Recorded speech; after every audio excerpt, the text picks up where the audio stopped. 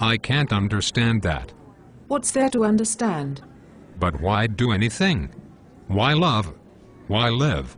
Why? Why do you need a god to do all of those things? I think it quite pathetic that one needs a deity to enjoy life. I don't need a god. God just makes life fulfilling. I don't feel empty. Neither do I. You don't? It's rather arrogant of you to even ask, but no, I don't. I didn't mean it that way. Sorry. Is it the lack of evidence? I know all of you science people talk about lack of evidence. Lack of evidence is a part of it, but what exactly do you mean by science people? What kind of evidence do you need? What did you mean by science people? I mean, it's as if you need everything to be tangible. Helps with the credibility. And what kind of evidence do you have to believe? There are over 1 billion Christians in the world. Are you telling me 1 billion people are all wrong? There are also over 1 billion Muslims in the world. So yes, I believe at least 1 billion people are wrong about what they believe.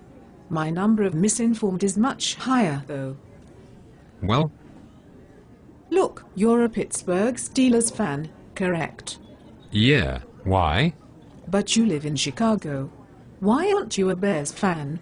Well, my father's a Steelers fan. He grew up in Pittsburgh. So I grew up a Steelers fan because of my dad. Exactly. And is also a Christian, correct? Yeah, so? You see, if you grew up in Pakistan with a Pakistani father, you would be a Muslim who didn't care about the Steelers. Well, okay, but what about those who become Christian later in life? Those whose parents weren't believers. Ah, those who have found Jesus. Well, if you look for anything as subjective as the concept of Jesus the Redeemer, then sure, you'll find it. It's not hard. Just as those who found a home in fringe cults. They searched for something and they found something. And those who found Jesus were most likely surrounded by others who have as well. Again, if they were in Pakistan or Afghanistan or Iran, they would have found Muhammad and Allah. But doesn't that say something about a God existing? Since so many believe, something must be out there. That's ridiculous. There are, what, something like 1 billion children in the world, and a large chunk of them believe in a Santa Claus-type character, depending on their nationality. Should we then give credence to all of those children's beliefs? I'm not speaking about children and the fictions they believe. But, you see, it is not a fiction to them. They believe it as strongly as you believe in God. Santa isn't real.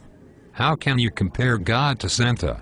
Because both require belief in them to make them real. Both are only real in our minds, which is only subjective speculation, and not something that truth can rely on.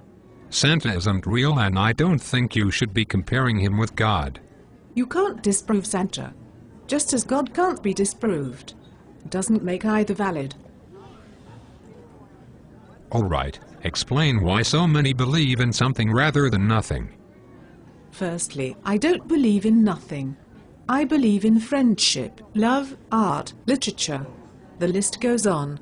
Secondly, your point that so many believe, so there must be something. Belief has a Darwinian evolutionary origin. It is most likely a byproduct from a helpful gene in our early years as a species, and as our ideas evolved as the gene stayed, it took another form. The form of religion. The form of Jesus, Allah, or Shiva, or others. You should read works by thinkers, such as Richard Dawkins and Sam Harris on the subject. You see, you just have to experience it. Then you'll know. Pure methylenedioxymethamphetamine will make you experience things that will put your Jesus experiences to shame. That's a drug.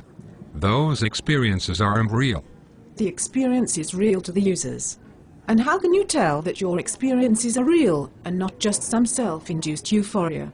Can't God act as a drug? You just have to experience it. You know it's real when you feel it. Faith. That's what you're selling. Don't question. Just believe. Well, sorry, but that's not good enough for me.